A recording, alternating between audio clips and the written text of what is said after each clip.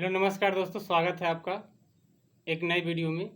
तो आज हम आपको बताएंगे कि घर का सामान अस्त व्यस्त रहने से या अस्त व्यस्त तरीके से रखने से किस प्रकार से नुकसान होता है, हमारे आर्थिक और मानसिक रूप से किस प्रकार से नुकसान पहुंचाता है।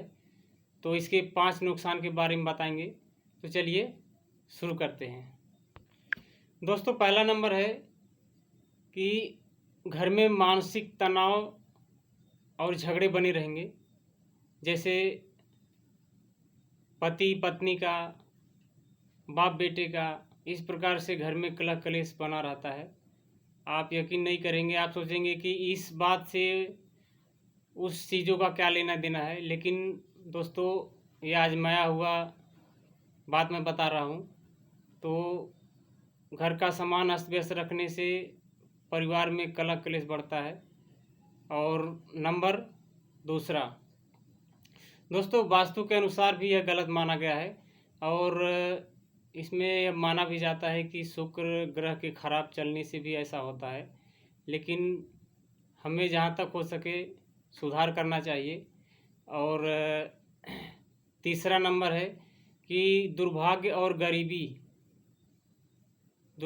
गरीबी भी इसमें आती है और लक्ष्मी भी साथ छोड़कर चली जाती है, सिर्फ एक ही हमारी गलती के कारण कि घर का सामान अस्त व्यस्त रहता है। हम किसी भी सामान को सुचारू रूप से उसके स्थान पर नहीं रखते हैं। उसका स्थान जो होना चाहिए, जहाँ से हम उठाते हैं वहीं उसको नहीं रखते, हम किधर भी रख देते हैं।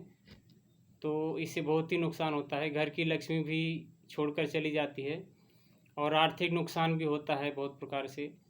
कि जिस प्रकार से हम कोई भी सामान जहाँ से उठा रहे हैं वहाँ व्यवस्थित नहीं रख रहे, जो उसकी जगह है वहाँ व्यवस्थित नहीं रख रहे, तो वह हम किसी और सामान को ढूंढते हैं और वो दूसरा सामान गिर जाता है और टूट जाता है, नुकसान हो जाता है। तो बात करेंगे नंबर चौथे का। दोस्तों, नकारात्मक ऊर्जा भी बढ़ती है इससे। नकारात्मक बाहरी जो नकारात्मक ऊर्जा होती है वो भी, उसका भी प्रभाव बढ़ता है। जैसे घर में हम अगर अच्छी तस्वीर लगा रहे हैं और अच्छी तस्वीर को हम सोते टाइम पे अगर देखें, चाहे वो किसी माता का तस्वीर हो या भगवान का तस्वीर हो, तो हमारे मस्तिष्क में एक नई प्रकार की दूसरी इमेज बनती है, एक अच्छी प्रकार की इमेज बनती है। और अगर किसी मॉडल का या किसी भी हीरोइन का तस्वीर हम देखते हैं, किसी अन्य प्रकार का तस्वीर देखते हैं, तो उसी प्रकार का ठेठ इमेज हमारे मस्तिष्क में बनता है और उसी प्रकार के विचार बनते हैं, उसी प्रकार से घर में वातावरण भी बनता है।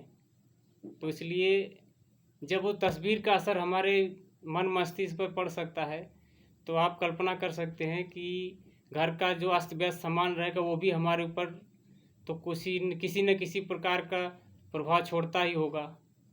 तो दोस्तों बात करेंगे नंबर 5वां का। दोस्तों, घर की बनावट या घर का सामान का जो है सजावट देख करके, उसका रख रखाव देख करके, जो बाहर से मेहमान आते हैं या नज़दीक के लोग आते हैं या दोस्त मित्र आते हैं देखने के लिए या हमसे मिलने के लिए आते हैं हमारे घर पे, तो सामान के रख रखाव से ही वो पता लगा लेते हैं कि आदमी के विचार कैसे हैं, आदमी के ज्ञान कैसे हैं, आदमी कैसा है कैसा नहीं है, उसके ब्यौरा का पता लगा लेते हैं।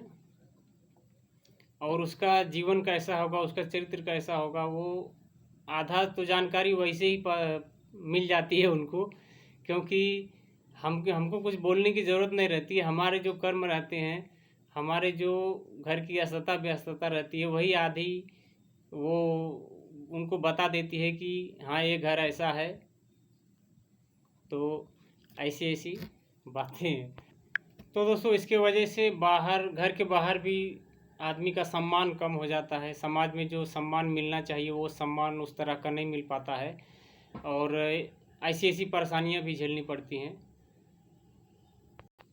तो दोस्तों, हमारे कहने का मतलब है कि कोई भी सामान हो, उसे हमें उचित जगह पर उचित तरीके से जमा कर रखना चाहिए। इससे जगह की भी बचत होती है, समय का भी बचत होता है, हमें ढूंढने में परेशानी नहीं होती है। और हमें उस चीज़ को जिसकी जगह जहाँ है वहीं रखना चाहिए।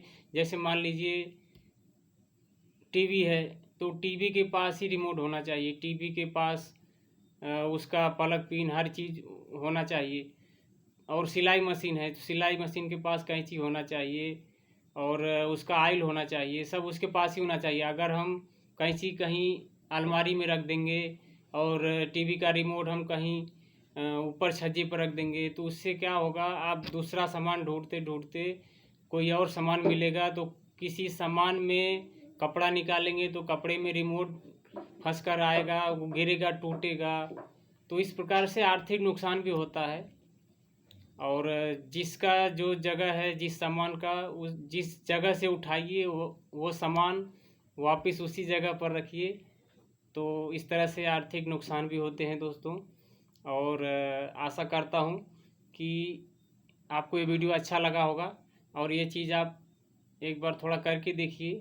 आपके हृदय में, आपके अंदर, आपके मन में एक नई ऊर्जा का संचार होगा। और आशा करता हूँ ये वीडियो आपको अच्छा लगा होगा। और ये थी आज की वीडियो, और मिलते हैं नेक्स्ट वीडियो के साथ। तब तक के लिए जय हिंद, जय भारत।